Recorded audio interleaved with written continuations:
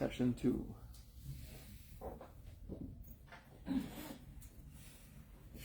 Karunapsa. If I ever write something on board, at one point, if it's just a word, can you go into my online class, my live streaming, and just write it in the comment? But probably right now you wouldn't. And when it's required, I'll tell you, and you can take a minute to start your phone and do stuff like that. But yeah, taking a moment to post that. And if I do complex drawings, then you'll take a picture and post it in the comment. Okay, so. Now, right now it's not required, but if you can get your phone moving or. Karuna, if you want to connect to our Wi-Fi, and for everyone. She doesn't need to. She's got data and it's fine. Okay. Right. Because it's going to be a word. And not even now. Thank you. That was just for the people outside, okay?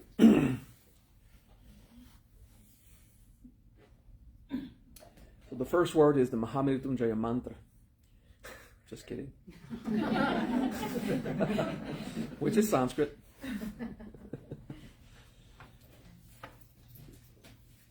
The first time I was to India and he said, so where did you land? Bhubaneswar. And what? Bhubaneswar. I think I said Bhubaneswara. He said something like this. What city is that? The biggest city, like 7 minutes that way? Like, you live here? Say it. B-U-B. Bhubaneswar. Bhubaneswar. Okay. You went to see the guru and went to land to Bhubaneswar. And then I realized, okay, Sanskrit accent is another thing. And regardless of our accent, it doesn't really matter. You can really feel comfortable in your seat. I mean, I really don't want to make it that complicated. Just at one point say, hey, can you log in and type that? And it's going to happen. It's just for helping people. Pay attention inside and be present. Later, after transmigration, you'll know more how to do that, but and then I'll explain what transmigration is, because until then, it's just a word.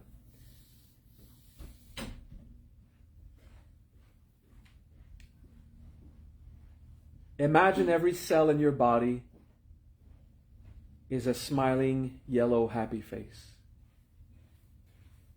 And you're filled with joy. As simple as that.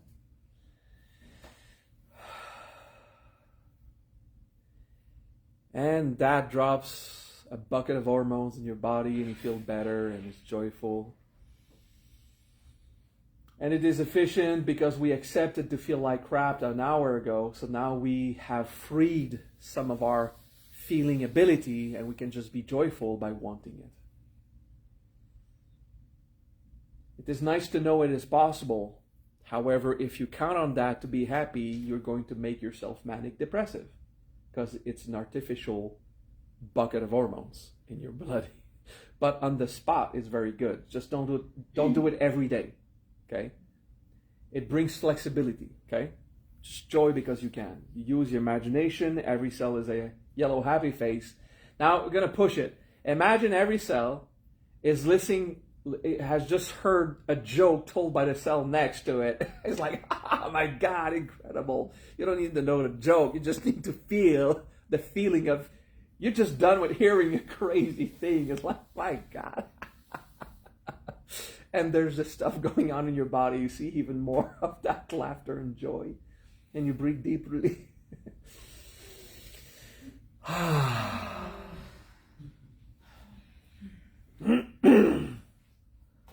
And you relax. We just do it for a minute or two and then we're done.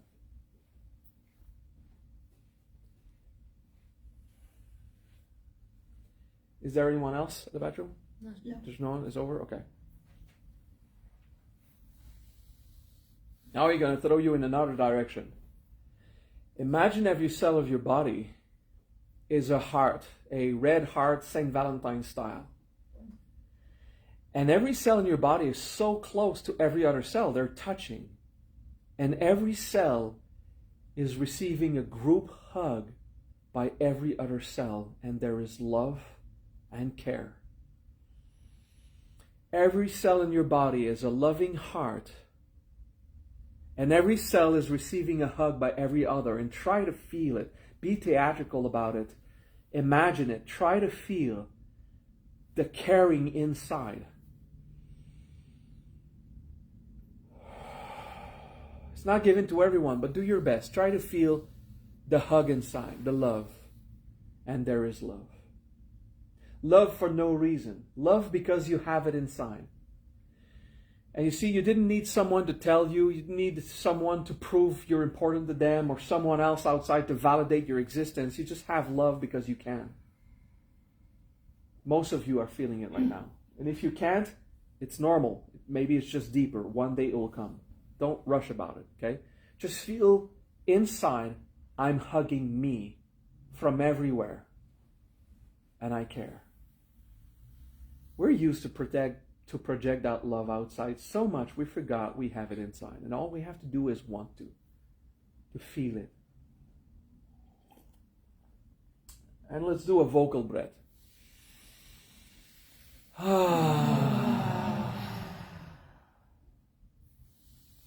So, there's 3 positive feelings. Let's work on 2. Actually, there's 4, but let's go with 3 for now. 1 is a combination of all. Okay, so there's joy. That's a positive feeling. It is different from love. And we can feel both as a human, okay? Another one is peace, quietude, okay? That will come. And love and joy are the polarity of one single experience. Joy is coming outwards. You're happy, you laugh. Love is when it comes in. You are being loved. Okay?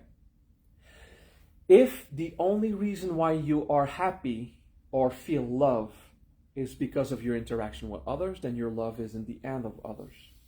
So when your best friend rejects you, when your lover goes away, when your parents or child dies, your love is outside. And you are without love, and you're broken, and it's over. Of course, it will hurt when your loved one dies, because you'll be losing 50% of your love, for example, instead of all of it. If you can find that love inside, you won't have these dramatic thoughts, it's the end of life. My man or my girl is gone, or my whatever gender you have today. My object of love is gone. I will be in the darkness of oblivion for the rest of my life. It is terrible. And then your life is over. How can I live without you? If all your love is outside. It is fantastic to have love outside, enjoy and be with friends and loved ones. It is extraordinary. But if you're only outside, you're a victim of the world and you want it. You know? So it's important to remember my love inside is not to prevent, it's not going to prevent all suffering. It's not going to make me now in paradise and I'll never have trouble ever again. No. Because it's beautiful to have it outside. Just go. To isolate yourself, I'm never going to love someone else than me again because fuck that shit. You know? It's going to become pretty lonely. You're going to have other problems, okay? But putting all your eggs in the same basket, putting all your love outside makes you a victim of the outside. It makes you literally under everyone else's control. And then they can do whatever they want with you. I'll come back with you if you quit your job. Quit. It's done. What do you want? What else? You know? I'll come back with you if you never touch a video game again. All right, go away. Go on. I made it clear with everyone in my life, friend, family, parents, I'm always going to be a gamer. And this is how it is. And I had a girlfriend decades ago, like younger. Really? You would stop being with me? Yeah, you'd accept to lose me to keep playing video games. I said, I'm not even in a heartbeat. Like, go away. But I thought you loved me. I love you very much. But I'm not going to accept someone controlling my life. You take me as I am. And you're going to see that what I want to bring you, I will bring you. And what I don't want to bring you, I won't. And that gives that freedom to you. So when I offer you a gift and you say, you didn't have to, I say, of course, it's a gift. If I had to, it was a payment, or something else, purchase. There's this freedom that we want to have in life. And for that, your love must not be completely in the hands of someone else. It has to be inside you. You understand that? That was nice. The joy-love thing that we just did, I call it the love-joy because it sounds more sexy, but in the technique, we start with joy, and then we have love.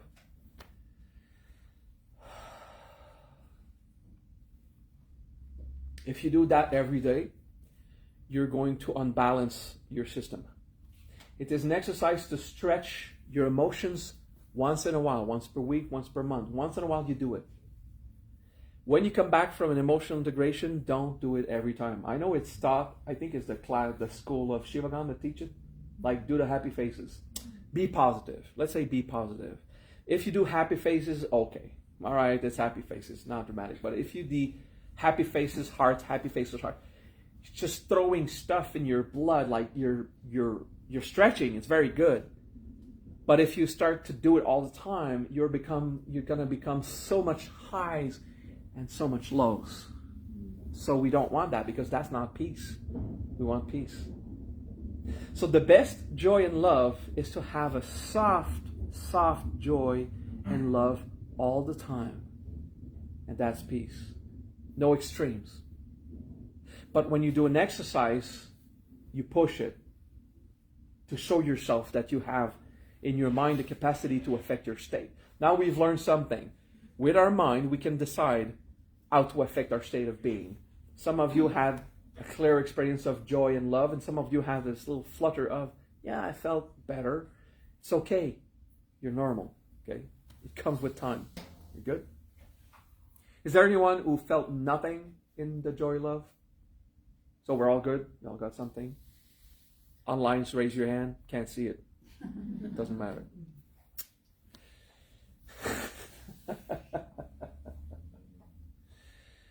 So much love and joy.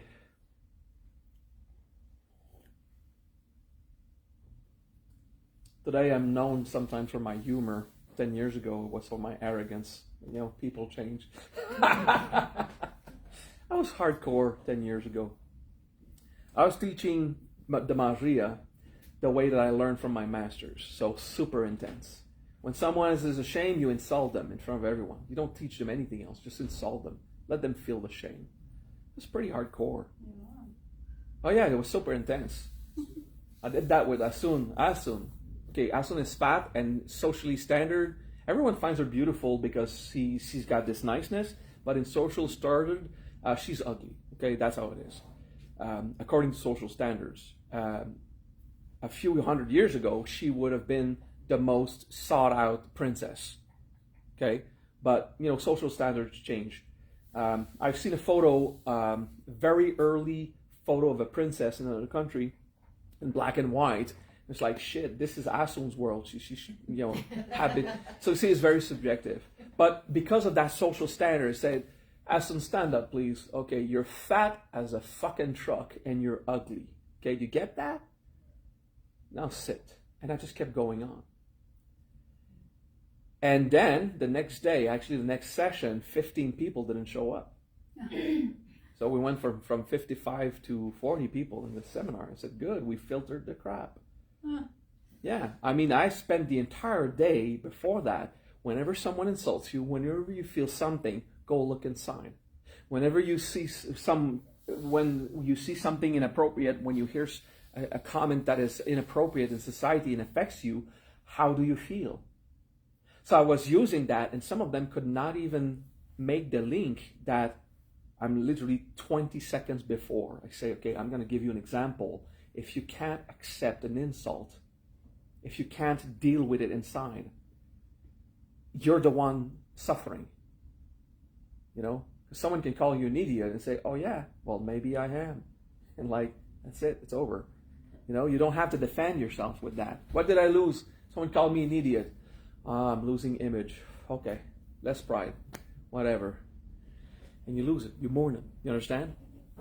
The next day, Asun stand and, Maha, can I tell something? Yes, but you have to stand up. She's sure.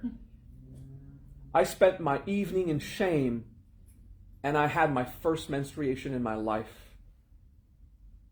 I can accept my sexuality. Bam. Good. That was the point. Thank you. It works, because what matters is results. But you see, it was so hardcore. And I only did it with a few people. The others were offended at what I did to their friends. But, you know, just once in a while, a little insult here or there. It's not like I'm beating anyone. I was just talking. Spending the day, say, you know, when I talk and you feel insulted, it's on purpose. Go look at it. So even that was a bit too hardcore for people. So, okay, I chilled down. It was anti-marketing. You know, it was, let's get rid of those who are too picky so I can get the hardcore people. Yeah, I want to grow for real. Which is fine. And then you got a new guy say, oh, I want that kind of experience. And I have to be in the mood, you know, because 9 times on 10 I had gratitude out of that.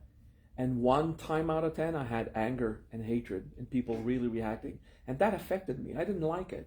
So what did I do? Okay, I'm affected. Someone really hates me right now.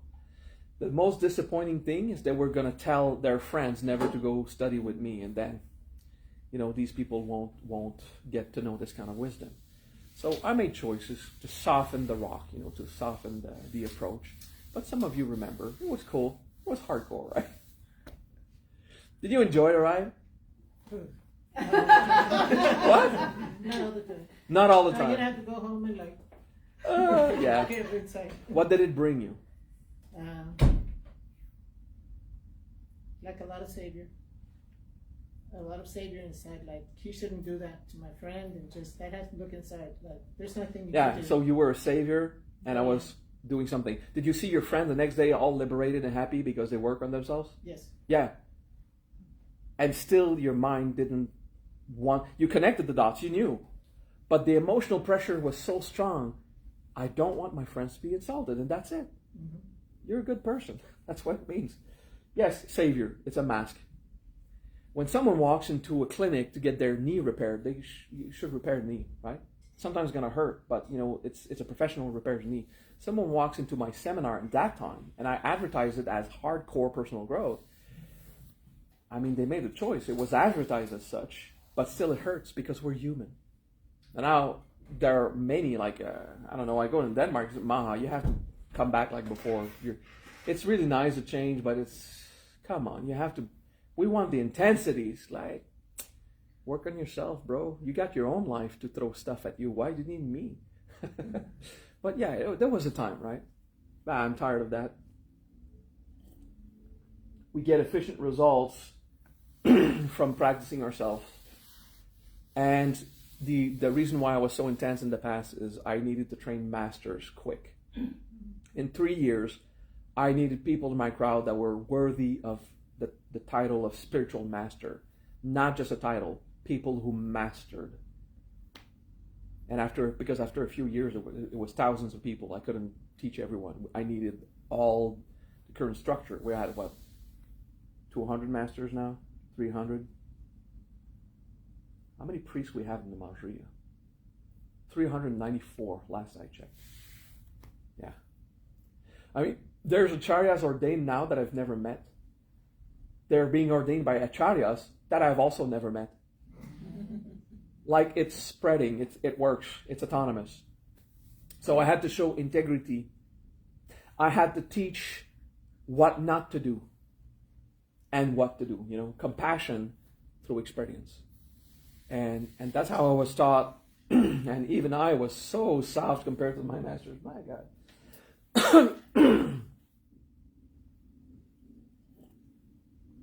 Stories I'll tell another time because we have things to cover today, right? So I'm not going to go hardcore anymore. Don't expect it.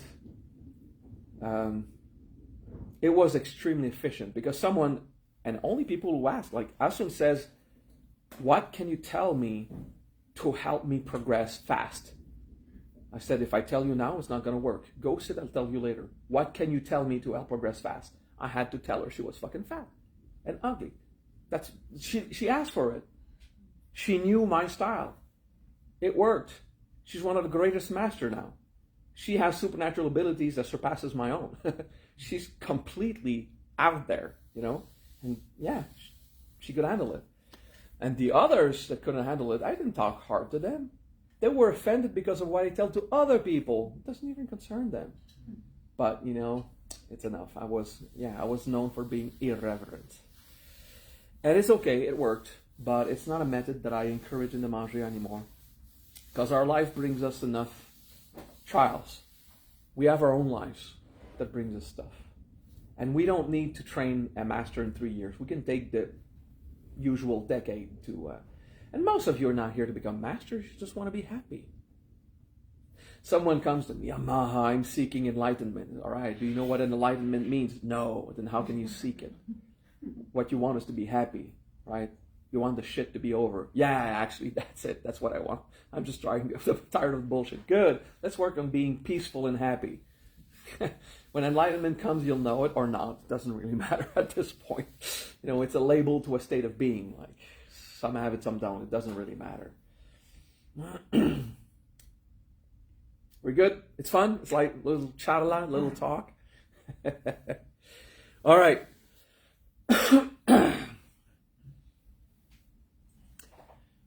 When your car is going forward at 60 miles an hour on the highway, hopefully not in your parking at that speed, but on the highway, unless you have very, very long parking, part of the car is going at 0 miles an hour. It is fixed, almost immobile.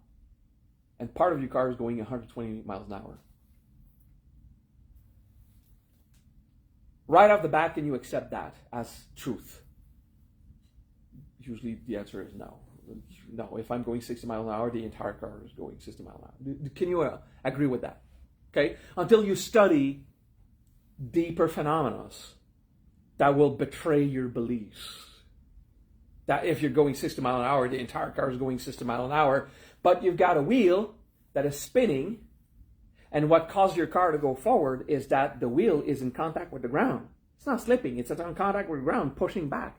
So if you're going 60 miles an hour, the part of the wheel at the bottom of your wheel is going at 0 miles an hour, pressing on the road, pushing you forward. And the part of the wheel that is above the axle is going 120 miles an hour, twice as fast, to get back into that position. Can you understand that? It's weird, eh? But the bottom of your wheel, it's not slipping at 60 miles an hour. It is on contact with the ground for an infinitely small amount of time. And it is going at the same speed of the ground, following it. Basically, 0 miles an hour. Did you get that one? Maybe I was too complex because like some people was like, just fuck this, go. All right. Did you get it, Corina? Okay, it took a while, right? But that's normal. It's a complex mechanics. So you see, sometimes if I want to teach you a thing and you have a preset belief that you're not ready to lose, you won't be able to understand the inner mechanics of it. So I'm going to have to talk you through it so to get you to the point of, yeah, okay, now it makes sense. Okay? When we go to a seminar to learn something new, so obviously what I teach you is going to be stuff you didn't know before. It could even be something that you believe to be false. Because whatever you know now got you to the state you are now in life. If you want to get better and have more influence in your life, feel more free, grow inside, then I'm going to teach you stuff that you don't know. That means you could disagree with it. The strength of the Mangeria, that's the name of our Buddhist tradition. The strength of the Mangeria is that we ground it in facts. We end up having a demonstration. Because we don't want you to start believing stuff that we can't prove, and then you just get lost in a different set of fantasies. Instead of Jesus as a savior, it's some other thing, and you would become dependent on another system of belief. That defeats the purpose of freeing your mind. Enlightenment, if such a thing exists, can only happen if your mind completely belongs to you. Freedom is necessary for you to fully accomplish yourself. So you can't be bowing to a master in adoration or considering another being superior to you. You can't do that. We can't have a system of authority between master and disciple. It doesn't work because it doesn't free your mind. What we do, what I am a spiritual master of me. I master me. I don't master you. I master me. I'm a master because I master an art. But I'm not a plane pilot. I'm not a cook. There's stuff I do well. There's stuff I don't do well. So my spiritual mastery is a competence. It's not a title or a measure of my value as a being. It's a competence. It means I'm proficient in that. And that's it. Do you understand that? This is something we teach usually in the priesthood class. If you receive a ordination as a priest in our tradition, it's because you are useful to others. It doesn't give you prestige. It gives you a purpose. You're supposed to help others. If you have a title to have a title, you're full of shit. It's useless. So let's say you got an engineer. He's got his degree and everything, and he spends the rest of his life alone, and he will never do any kind of engineering. He actually cleans floors in supermarket at night, okay? Is that person an engineer? Well, he's got the certificate, but does it matter? If no engineering is going to contribute to society or to his workplace, no, it's useless. So, one thing to understand about being a spiritual master is that a spiritual master does not exist. It's not real. It's an illusion. It's a theatrical act where someone takes a certain position to teach something. But I'm a teacher. I'm a preacher at best.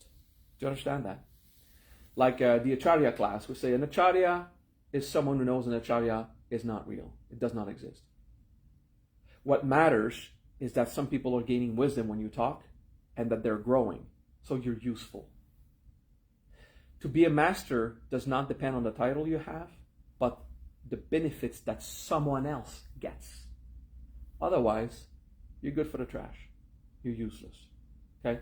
So I say this in class, I'm a tool, use me, and trash me. And then, I think it was Ricardo in Argentina, he was like, I can't believe you say that, my dear master, from this great tradition that I just love, and you say, put me in the trash. How can you do that to me? Yeah, I get it. You're full of adoration. Maybe you should adore yourself and not me. You know? Keep progressing in that. Your freedom is absolutely necessary. I know myself as divine in nature. What does it mean? It's a word I use to the definition I gave to the word divine. I know me like that. I don't need you to know me like that. I don't need people to tell me that I'm God. What's the point? I know for myself what I feel inside. So I don't need people bowing to me. What I like is gratitude. Thank you. The salutation in our tradition means thank you. Namaste means hi. The word namaste in Sanskrit is often translated as the great divine being in me salutes the great divine being in you. That would be the entire phrase. Namaste means hi. That's it. It's a word. Nama is salutation and stay is you. Hey there. That's it. Okay, that's the meaning. So I like to simplify things. And the Mahajriya becomes a garage club of philosophy. An amateur garage club of philosophy. And the garage was too small, so we rented a place. Okay? Because we couldn't fit all in there. And that's it. But we're contactless. We're just a list of name and emails so we can tell you when we gather next time. And that's it. You see, the Mahajriya is not some kind of big institution that is supposed to mean something from you. No. It's a toolbox. It's meant to be useful. Because what I'm teaching you in the next days requires you to understand that freedom is absolute. And your mind must belong to you. I get great joy when I see others find their freedom and gain power back on themselves. That's what I get from it. I'm satisfied of that. Very happy. And I'm not getting rich with that. I hope to be able to cover my fees. You know, when I give a seminar, I say suggested donation, meaning if those who can give don't give, I won't be able to be back here. That's it. Because you see, you're not paying for the wisdom. Oh no. You're paying for a plane ticket. You're paying for a hotel room and food so I can be here. The wisdom is free. The donations is for people who want me to be able to be there so we can have this experience together. The wisdom is free. Just give it. So that's why I say if you can't pay, please don't. I don't want anyone to suffer and have a lifestyle change because they want access to the wisdom. Then what? Discrimination to those who don't have the means. That's not holy. That's businessman. I'm a priest in a temple. I'm not a businessman, but I am a businessman in other things, but not that. So you can't proclaim yourself to be a saint, and I do proclaim myself to be a saint according to my definition of what a saint is. And you'll see it's less spectacular than the thing in the Bible, so it doesn't really give me value anyway, okay? So just don't put me on a pedestal. Put me back down here with you. You know how to become at the same level of Jesus? Put Jesus back on the ground. Don't hop on his pedestal, but put him back on the ground. Like he said, I'm just another man, dude. I'm just another guy talking. That's it.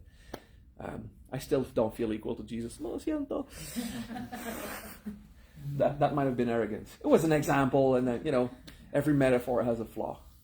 I don't want to pretend anything. But you get it, right? Like I teach you stuff that is so awesome that it might be a reflex to feel something positive towards me. Like, this guy really cool and what he teaches awesome and he's great. And yes, do that. Be in gratitude. Be grateful. Thank you. That is good. Not adoration. You make the difference. Submitting yourself as an inferior being, you defeat the purpose. The goal is for you to accomplish yourself. That's it. There's no superior or inferior in spirituality. So that's very important. And I wanted to do a little talk about that before we proceed, okay? Because I don't want you to take everything I say for granted. Well, Maha said it, must be true. Maha said it, and he told me how to experience it to prove it to myself. That's the way. I'm going to show you stuff that you can experiment and demonstrate to yourself. Then you know that's how the universe works. That's how you know your innards work, your emotions work, because the results matter, right? Fantasy, we really want to get rid of that. So a car's going at 120 miles an hour.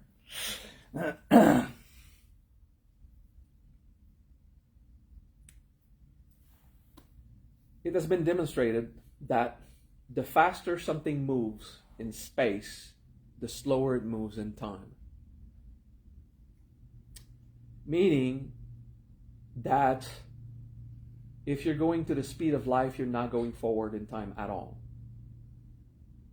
Meaning that sitting here on the planet, there's a star 32 million light years, that I don't know, is it 32,000, 32 light years, 32 million? What's the correct, no nerd here? Okay. 32 million light years that way, there's a star, and you can see it in the sky.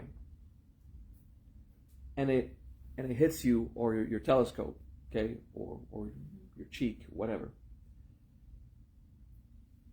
From your position, it took 32 million years to reach you. But from the photon's experience, the moment it came out of the star, it hit your telescope. It is instant. From the point of view of the point of because the moment it goes at the speed of light, it is not going forward in time at all. That's freaky, right?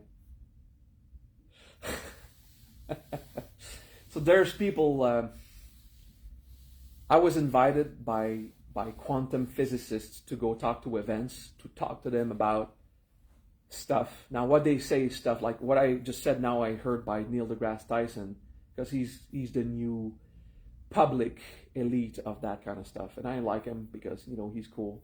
A bit physical, a bit aggressive sometimes. But not violent, but just more very there.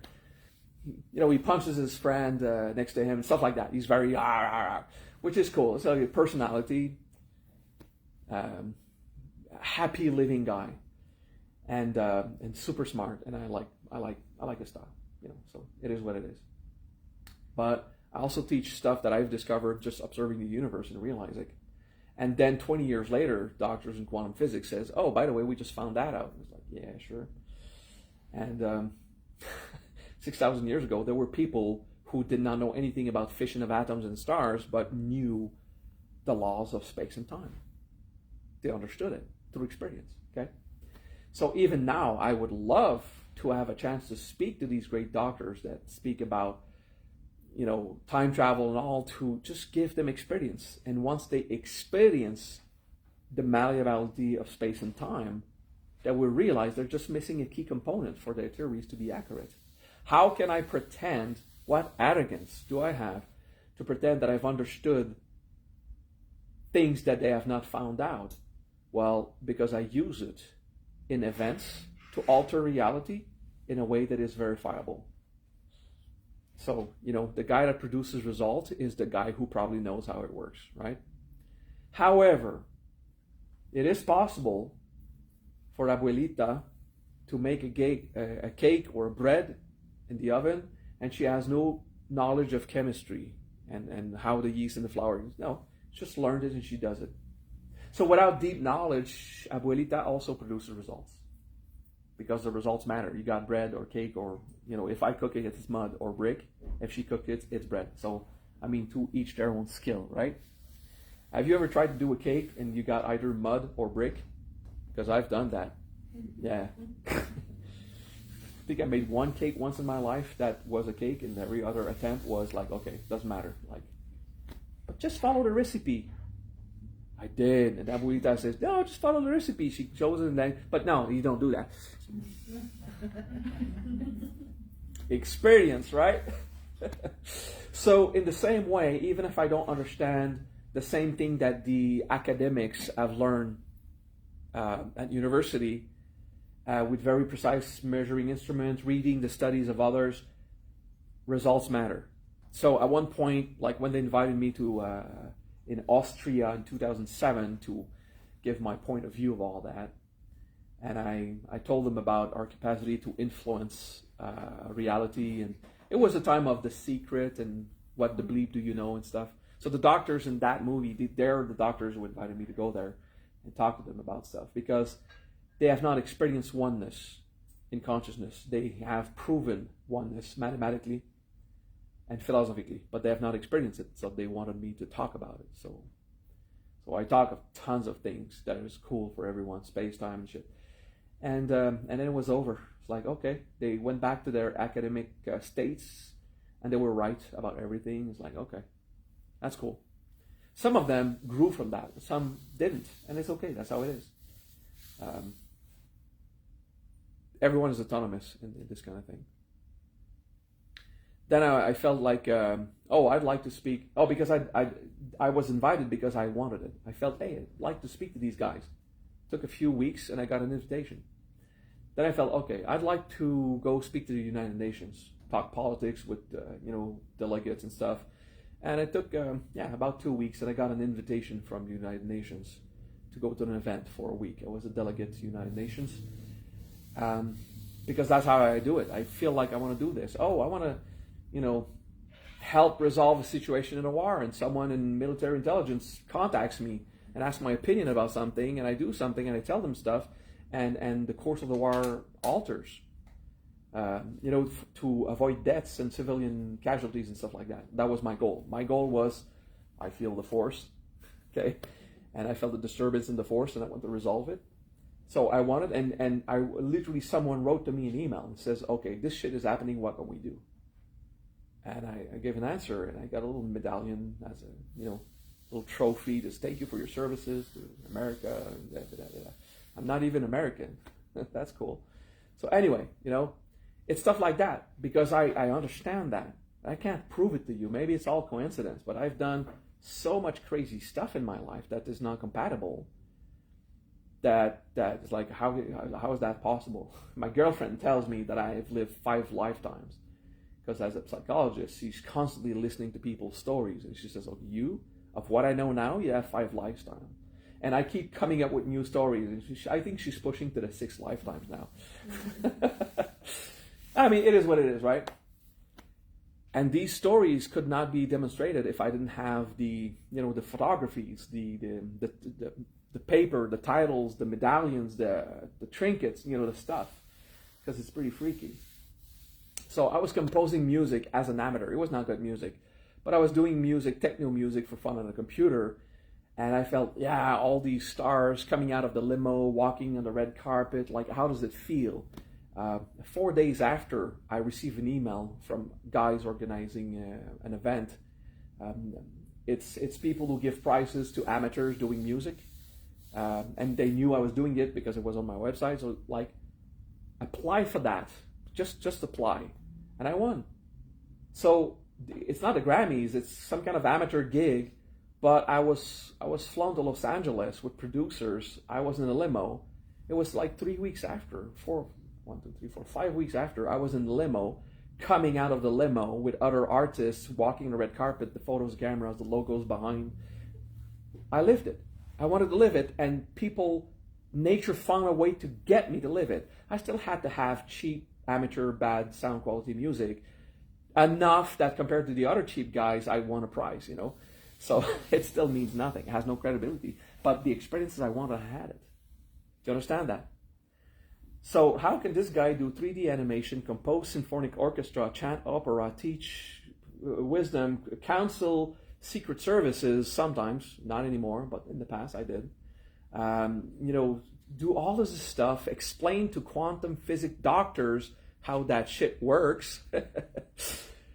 Why does this guy do all these things? Because I've practiced freeing myself what prevented me from doing these things. I've removed the blockage. I took the time to say, I'm the one who's angry right now, not the other. The other's wrong, but I'm the one angry. I'm the one suffering. I'm not happy right now. It's not fun. Do I like it when I'm angry? No. I'm the one irritated right now. I'm the one losing something. And my pride just goes down. Okay. My pride was offended. Okay. I do the work. And then I'm open. So whatever I want, that is possible, that makes sense, that nature can bring, it happened. Still not a millionaire. Whenever I had money, I gave it away. Could have been there. Shit. I mean, there's guys, I can't give you a donation. Well, don't. Why would you do that? I mean, if people can and don't, at one point, I just can't travel there. Okay, we need to pay the fees. Right now, I'm not even sure I cover my fees. Usually we're much more people in seminar. And it's okay, but this guy says, well, I really want to be there. So, okay, well, guess what? I'm going to pay your plane ticket. So I paid him a plane ticket, the hotel. I gave him $500 for food for the week. I did that how many times? 10, 15 times? Just, why? Why is it? It's not my money, it's just money. If it brings joy for someone to spend it, well, why not? Now we have masters that are grateful that I did that for them. You see, I'm not stuck in how the world should work. Well, if you can't afford it, you can't come. Okay, you can't afford it, I can afford it. I look at causality. If this guy comes, no one will learn anything, including him. Nah, fuck that. If that guy comes, he will teach for 50 years. How many people will he affect? That's a lot of people that will be better in life for one guy that had someone who believed in him. So I just did it.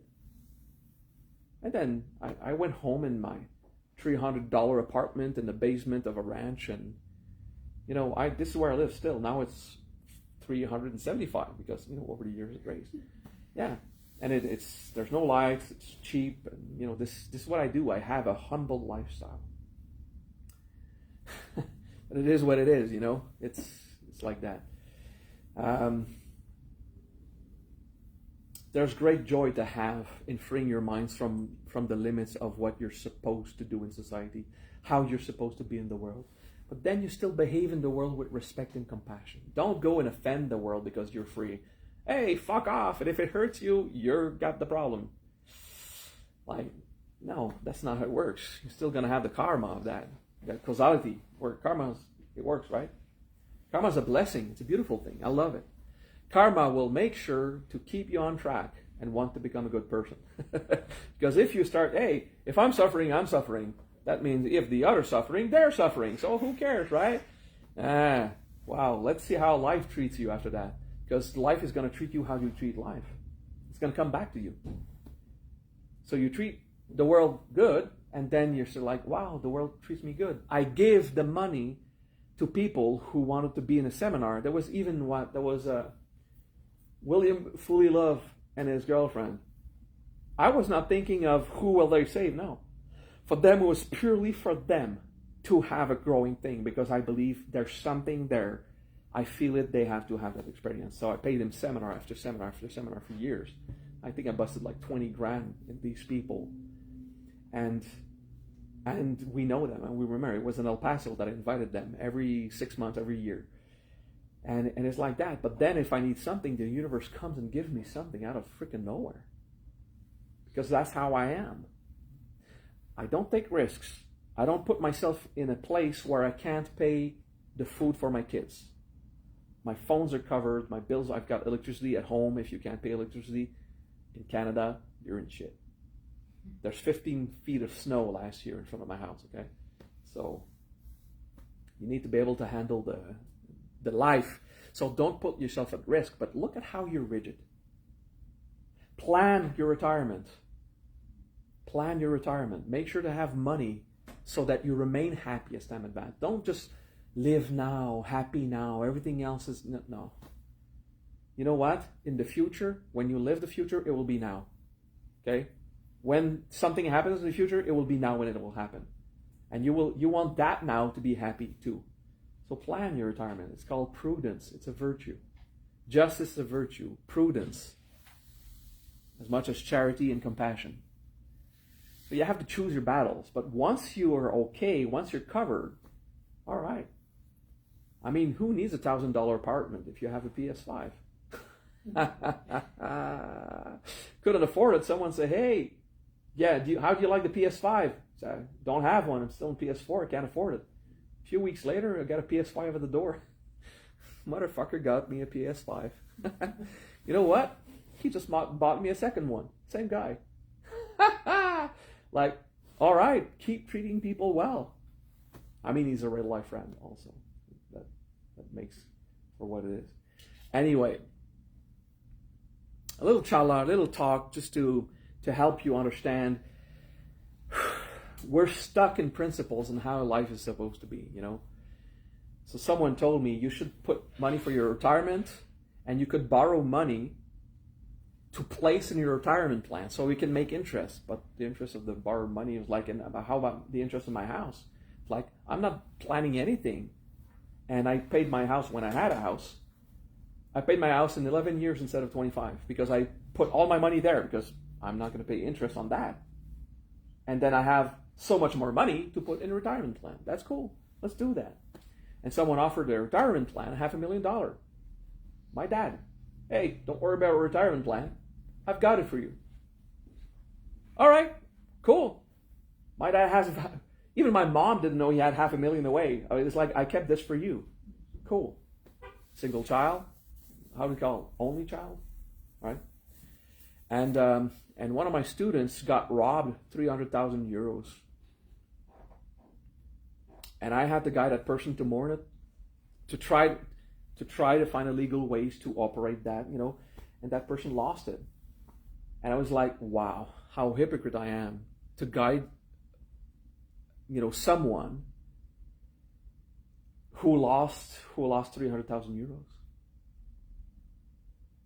And didn't feel good about it, but, you know, my soul had a question. How does it feel? And how can I dare teach if you can't have it? I mean, the wisdom is the wisdom. You lost it anyway. And if you legally try to get it back in every way possible, and it's impossible because someone screwed you over, it was someone who redirected the inheritance in a way that legally she cannot recuperate it. Like the banks cannot do anything about it. So she's fucked.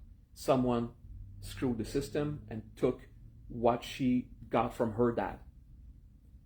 Came back home, realized that my mom had given away my $500,000. I was genuinely wanting to live the experience that my student had, so I lived it. 500,000 Canadian is 300,000 euros. I lived exactly the same thing. That's how I discovered mom had dementia. So now I'm taking care of mom and dad who are both mentally ill, and I'm in a home. I'm not physically taking care of, I'm doing administration. They're in special places. I pay a person to go there because I'm here. I do that. But it was cool. It's like, don't need to plan for my retirement. Oh, fuck, need to plan for my retirement. But I lived it. Because what matters is whoever spent that money. I know what my mom did. She gave it part to her family or friends and people who basically could survive better because of that. So basically, the joy that was felt with that sum of money, it was not felt by me, but it was felt. It was not the greed of others. It was people who could eat better, to repair their cars, to have a better life. So basically, the joy of that $500,000 Canadian was still experienced in humanity. It was not experienced by me. So how greedy am I? Now I'm going to keep working, make sure I can have a retirement. Because I'm counting on, I'm not day to day, I'm month to month. Which is okay. I mean, for me, it's okay. I have low expenses. Well, that's not true. Got kids. So, yeah, my kids are more expensive than my own means. Anyway, so little sharing of what I live in life, hoping to inspire you, everyone. Don't be greedy. Don't be too charitable for your own good.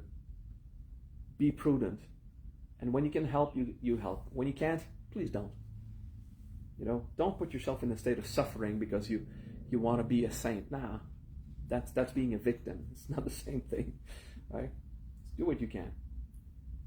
All right. I've given class for 2 hours now, and I think we're gonna have a break now. We're gonna stop. I started to go into the space-time stuff. It was cool, right? And let's talk about philosophy. Let's talk about wisdom. Okay. Let's go back to down-to-earth inspiring stuff. I felt it better that way. Okay? We have a 2-hour break. It's 12 here. At 2, let's try to be back here.